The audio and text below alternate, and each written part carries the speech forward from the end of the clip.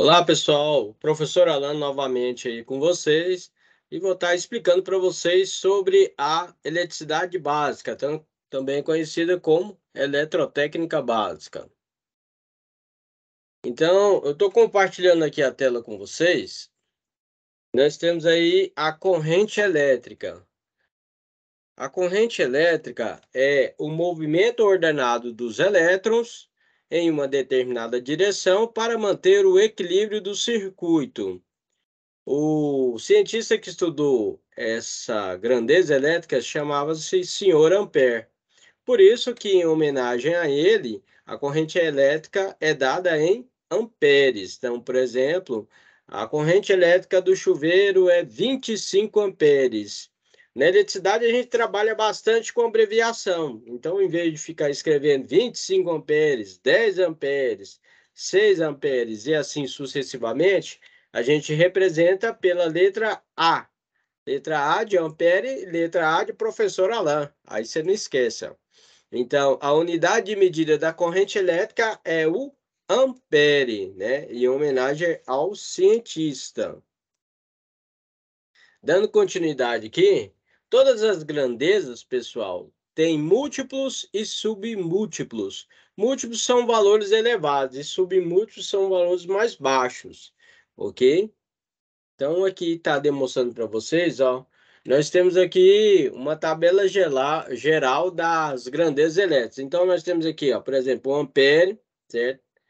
Que é o que eu estava comentando com vocês, que é a unidade da corrente elétrica. O volt, que é a unidade da tensão elétrica, certo? Volt, porque o cientista que estudou a tensão elétrica é o senhor Volta, certo? Aí, em homenagem ao cientista, ficou a tensão elétrica é dada em volts, certo? E watts, que aí a potência elétrica foi estudada aí pelo cientista James Watt. Nós temos o ohmo, que é da resistência elétrica. O cientista que estudou essa grandeza elétrica chamava-se George Simon Ohm. Por isso que ficou, em homenagem ao cientista, a grandeza elétrica, a unidade ficou como ohm. Aí, para você não esquecer, sabão em pó, ohm, né? Então, o próximo aí a gente tem Henry, que é de indutância, F de Farad, certo? Que é capacitância para os capacitores, e Hertz, né? Foi o Henry Hertz que estudou a frequência elétrica. A frequência, na parte da geração elétrica, no Brasil é 60 Hz, no Paraguai é 50 Hz. Então, no Brasil, a nossa frequência é 60 Hz.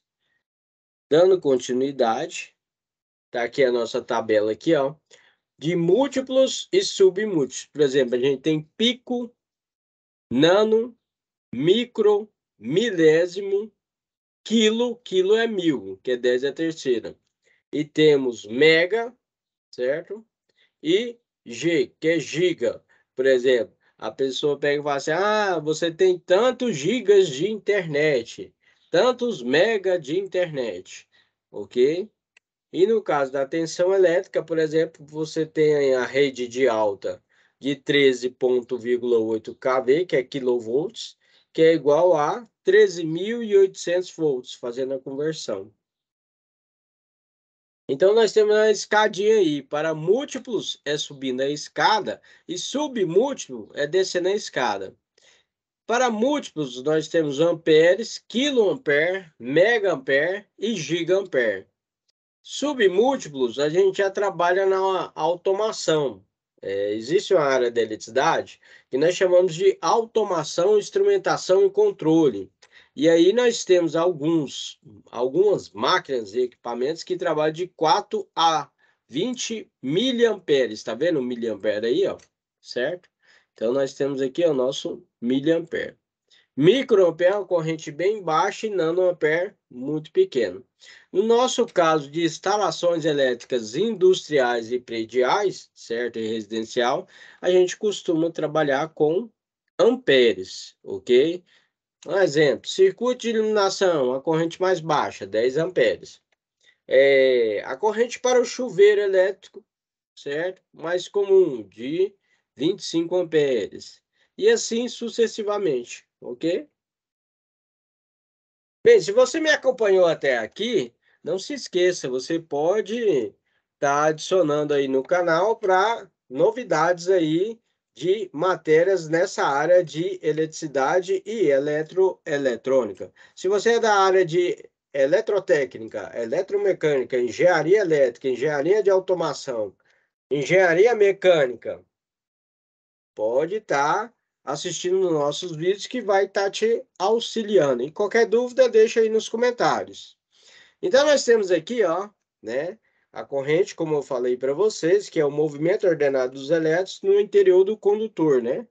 Ok? O condutor mais comum que a gente utiliza em residências, certo? E área comercial e também industrial é o cobre, que tem uma resistência elétrica de 0,17 ohms. Lembra lá que eu falei sobre a resistência elétrica? Então, então o cobre tem uma resistência elétrica, certo, de 0,017 ohms. O condutor que a gente utiliza na área de baixa tensão é o cobre, certo? Por ser mais barato. E na parte de alta tensão, a gente utiliza o alumínio, ok? O cobre, na verdade, não está tão barato, né? Que ele está sendo cotado pelo dólar, né? Certo? E após a pandemia, tudo ficou mais caro, né? Então, a simbologia da corrente elétrica é representada pela letra I, que é a intensidade de corrente elétrica, e nós temos também a letra A, né, que é do cientista. Dando continuidade aí, a continuidade, nós temos aí como obter uma corrente elétrica. Por exemplo, no carro você tem a bateria lá é de 12 volts, só que aí não está tendo corrente elétrica, porque o carro está desligado. E aí, na hora que o cidadão entra no carro, aciona a chave, aí ele vai ligar, por exemplo, o alternador e vai ligar também o farol. Aí sim vai estar tendo uma corrente elétrica, porque fechou o circuito elétrico.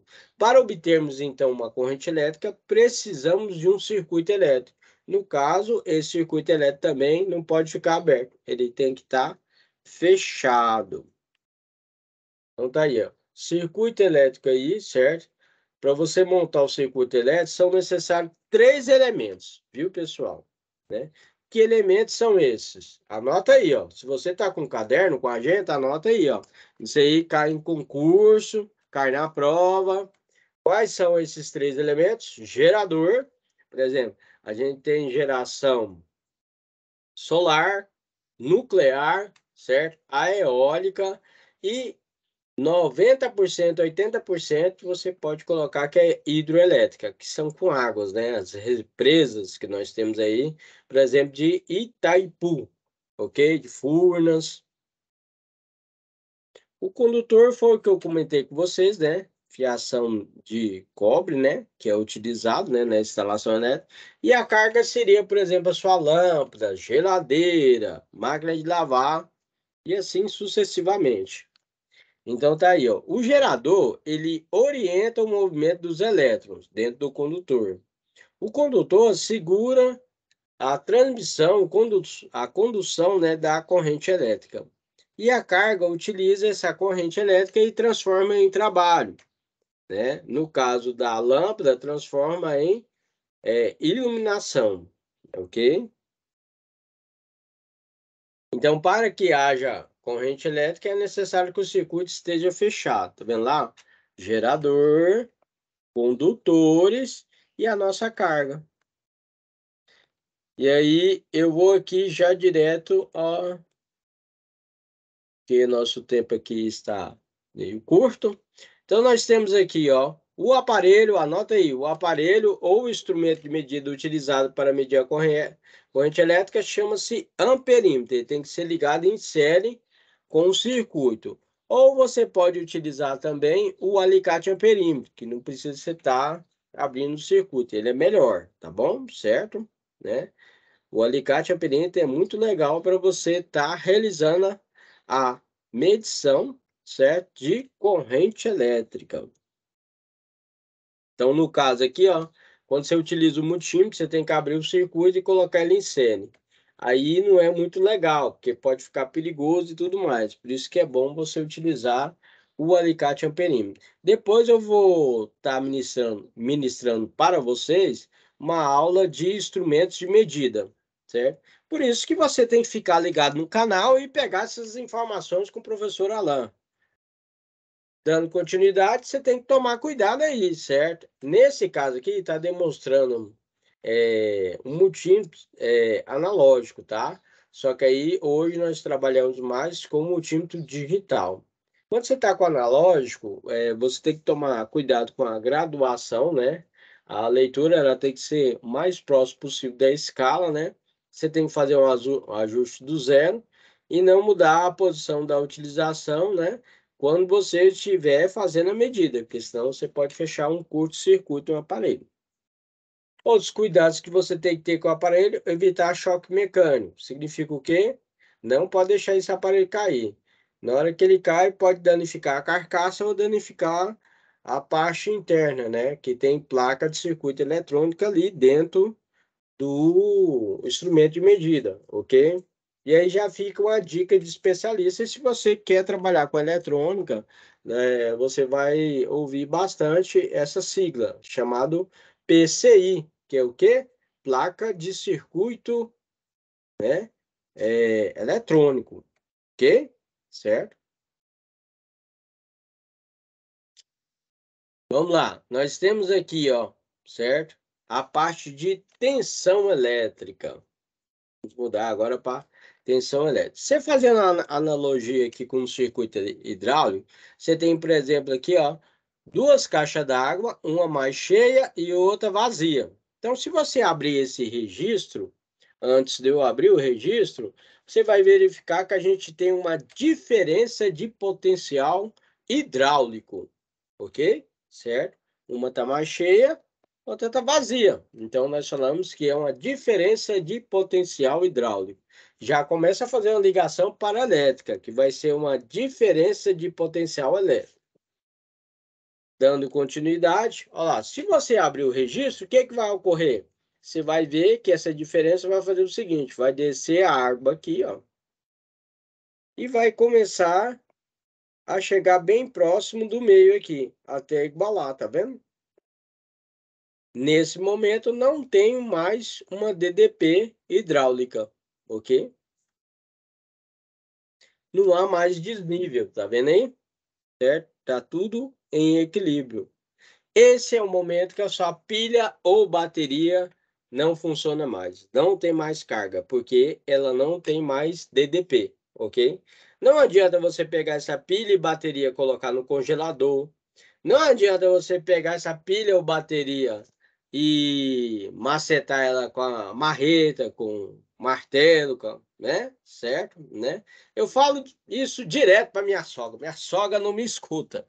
Acaba a pilha e a bateria, ela tenta lá espancar a pilha e a bateria, mas brincadeira, viu, gente? Ela não faz isso não, tá? Então, dando continuidade aqui, ó. Nós temos aí, ó, para termos um movimento de água, é necessário, né, um desnível de pressão, certo? For um nível maior ou um nível menor, né? O mesmo acontece com os elétricos, né, na corrente elétrica aí, né? Para que ele se movimente, é necessário termos uma pressão elétrica, né? A pressão exercida sobre os elétrons chamamos de tensão elétrica. Essa tensão elétrica é conhecida como DDP, diferença de potencial. Então, o que que é a DDP? O que que é a tensão elétrica? É a diferença de potencial entre dois pontos. Por exemplo, nós temos a bateria para o carro, né? Comum, né? O carrinho comum é de 12 volts. A bateria já para carreta, Scania, caminhão, já é um poste maior, tem que ser 24 volts, ok? A tensão elétrica aqui no estado de Goiás, se você está no estado de Goiás, é monofásico 220 volts e trifásico 380 volts. Se for o caso do estado de São Paulo, certo? Como exemplo, a tensão elétrica monofásica é 127 volts e a tensão trifásica é 220 volts. Então vamos lá. Gostou do assunto? Se inscreva no canal, ok? Para maiores novidades. Então, a unidade de medida da tensão elétrica é o volt. representado pela letra V. Por exemplo, a tensão monofásica de uma tomada é 220 volts no estado de Goiás. No caso de São Paulo, tensão monofásica é 127 volts, ok? Então tá aí o símbolo, né, da parte da tensão elétrica, V, certo? Símbolo de V e a unidade de medida volts, ok? Né? O aparelho, anota aí, o aparelho de medida da tensão elétrica é o voltímetro. Pode ser o multímetro, certo? É o alicate amperímetro. Não se esqueça que logo, logo vou estar inserindo no canal uma aula de instrumentos de medida. Vou estar falando sobre o multímetro e o amperímetro. Então, tá aqui, ó, o voltímetro. O voltímetro, ele precisa estar ligado em paralelo com o circuito, ok? O voltímetro deve ser ligado em paralelo com o circuito. Tá vendo lá? Uma parte aqui, uma ponta vai em cima, outra parte vai embaixo. Também devemos evitar o choque mecânico, né? Para evitar de danificar o instrumento. Agora, finalizando, pessoal, essa parte de eletricidade básica, nós já vimos aí corrente elétrica, tensão elétrica. Então, nós temos a resistência elétrica. A resistência elétrica foi estudada pelo George Simon Ohm. Resistência elétrica é dada em ohms, sabão em pó, ohm, para você não esquecer. Então, o que é a resistência elétrica? Ela é uma oposição ou dificuldade que a corrente elétrica tem em circular em determinado material, ok? Por exemplo, para você faz uma emenda no fio de cobre. Para você não levar o choque elétrico, o que você faz? Você vai pegar a fita isolante e vai isolar essa emenda que você fez. A partir do momento que você isolou, você criou uma resistência elétrica. Você pegando naquele local ali que está isolado, já não vai levar o choque elétrico. Por quê? Porque a fita isolante tem uma resistência elétrica mais elevada. Ok? Então, nós temos vários materiais que têm uma resistência elétrica elevada. Por exemplo, nós temos a madeira, nós temos o plástico, que é conhecido como PVC, certo? Né? Nós temos a borracha, né? Nós temos a porcelana e assim por diante, ok? Então, todas as cargas possuem uma resistência elétrica. Lembra daquela lâmpada lá do Thomas Edison lá, antiga? Ela tinha uma resistência elétrica aqui dentro, ó. Certinho? Então aí, ó, todas as cargas possuem uma resistência que representamos, né, assim, tá vendo aí, ó, né? Essa resistência elétrica é utilizada também, pessoal, com a dificuldade da passagem da corrente elétrica, o condutor, ele começa a aquecer. E onde que nós utilizamos essa característica? Dentro do chuveiro tem a resistência elétrica, ela vai passar aqui, vai aquecer a água e torna um banho mais confortável para o cliente. E a resistência elétrica também é utilizada naquelas cubas na área de alimentação em restaurantes. Já viram? Já? Já, com certeza, né? Você vai almoçar lá no restaurante, aí na cuba você vai ver que embaixo dela tem água e tem a resistência elétrica para elevar a temperatura da água e manter o arroz, o feijão, né, quentinho, ok? Certo? Então tá aí, ó. A unidade de medida da resistência elétrica é o ohmo, representado pela letra grega ômega. Tá vendo aqui, ó? É, parece tipo uma ferradurinha, né? Certo? Então, tá aí, ó, a resistência elétrica é a oposição oferecida à passagem da corrente elétrica. O símbolo é o R, né, de resistência elétrica, e a unidade de medida é o ohmo.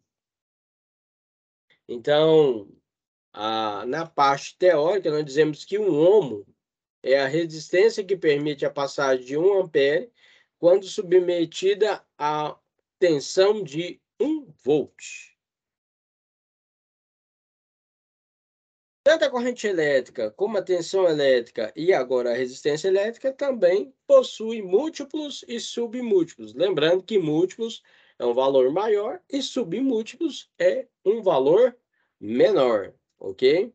Então, nós temos a escadinha, você vai pegar aí, ó, por exemplo, a resistência de ohms, subir na escadinha quilo-ohm, mega-ohm e giga-ohm. Abaixo da escada, miliohm, micro-ohm e nano-ohm, ok? Mais comum a gente utilizar ohms. Para medir a resistência elétrica, nós utilizamos o ohmímetro. Detalhe, observação: para você realizar essa medida de resistência elétrica, o equipamento deve estar desligado. Pessoal, por exemplo, dá um exemplo aí para a gente aí, ó. Na parte de alta tensão e na parte também de baixa tensão, nós temos equipamento, certo? De proteção elétrica chamado fusível. Pessoal, no carro também tem um fusível, tá? Pessoal, eu quero verificar se esse fusível está queimado ou danificado. Ele tem uma resistência elétrica que nele, na parte superior e na parte inferior, ele tem um filamento, tá? Certo? De resistência que quando sobe a corrente, ele vai abrir. No caso da alta tensão, todo o bairro fica sem energia, tem que trocar o fusível. Lá é o fusível cartucho, tá bom? No caso da baixa tensão, a gente utiliza aí para máquinas e equipamentos, certo? Que tem a parte superior e inferior que, se romper, para de funcionar. Na indústria, com valor maior, por exemplo, 100 amperes, fusível de 100 amperes, a gente utiliza um fusível chamado fusível NH. Aí ele tem também essa resistência na parte superior e inferior, certo? E quando sobe a corrente, ele vai romper aqui o elo fusível, ok? Finalizando com ohmímetro, também você tem que tomar os cuidados com a leitura, o ajuste zero e também verificar. Tem outra dica do especialista para vocês. Quando você vai fazer uma medição, pessoal, não se esqueça dessa observação. Evite o erro chamado paralaxe. O que é esse erro? Ou você vai colocar o aparelho de lado, para o lado direito, lado esquerdo, para cima, para baixo. O ideal é que você coloque na parte vista de frente, frontal para você, ok? E aí você consegue uma visão da medida de forma mais correta. Tem que evitar choques mecânicos, né? Danificar o instrumento de medida. E aí nós temos aqui, finalizando, a potência elétrica. A potência elétrica foi estudada pelo cientista chamado James Watt. O James Watt, né? Em sua homenagem, a potência elétrica, então, é dada em watts. Por exemplo, você tem uma lâmpada de 8 watts. Você tem uma lâmpada de 12 watts. Exemplo, dica do especialista, na sua cozinha que você vai trabalhar com cortes, cortar o alimento, né? Você tem que ter, né, uma visualização do ambiente melhor. Por isso, a dica do professor é que você utilize lâmpadas LED, que são a atual, de 12 watts. Gostou da dica? Então se inscreve no canal, cara legal. Menina legal. Não se esqueça, se inscreve no canal para você não ter mais dúvida, né? Então, dando continuidade aqui, ó, nós temos aí, o que é a potência elétrica? É a capacidade de produzir trabalho, certo? Exemplo aí, ó, certo? Tem um cidadão aí, ó, certo? Que consegue elevar um peso de 200 quilos. Ele tem uma potência mais elevada. Outro cidadão consegue elevar apenas 50 quilos. Significa que na primeira demonstração aqui, ele tem uma potência maior do que o segundo aqui, ok? Certo? Tem um detalhe, tá?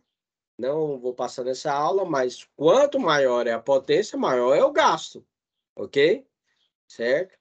Então, quanto maior é a potência, maior é o gasto. Não se esqueça disso, ok? Da mesma maneira, as cargas elétricas possuem a capacidade de produzir trabalho. A capacidade de produzir trabalho em uma carga elétrica é expressa em watts ou quilowatts, certo? Aí temos uma lâmpada de 100 watts, 127 volts, para o estado de São Paulo. Para o estado de Goiás, por exemplo, 100 watts e 220 volts. Tá vendo aí? O exemplo. Então tá aqui, observa aí o brilho das lâmpadas aí, ó. 60 watts vai brilhar menos, só que gasta menos. De 100 watts vai brilhar mais, só que ela gasta mais, ok? Então, dica do especialista, como uma eficiência energética para você gastar menos, evite de deixar ligado, certo? Os ambientes, certo? Que você não está utilizando. Exemplo aqui, ó. Meus filhos vêm aqui para casa da minha sogra aqui e sai ligando as lâmpadas tudinho, certo? E ela fica brigando com os meninos, ok? Então, não pode deixar a lâmpada ligada no ambiente que você não está utilizando, ok? Certo? Então, a potência depende de algumas grandezas, que é a resistência elétrica, tensão elétrica e corrente elétrica, ok? Para isso, então, a gente tem essa forma, que no momento a gente não vai entrar em grandes detalhes, mas a potência é R vezes I ao quadrado, ou potência é igual a tensão vezes a corrente. Aí nós temos o famoso triângulo do poder, ó. Por exemplo, aqui, ó, nós temos P, certo? Que é de potência, nós temos V, que é tensão, e a corrente, ok? Certo? Bem, pessoal, eu espero que vocês tenham gostado da nossa aula, certo? Né? Se inscreva no canal para mais novidades. Então, aqui eu vou estar finalizando a nossa aula aqui. Vou parar de compartilhar a nossa tela.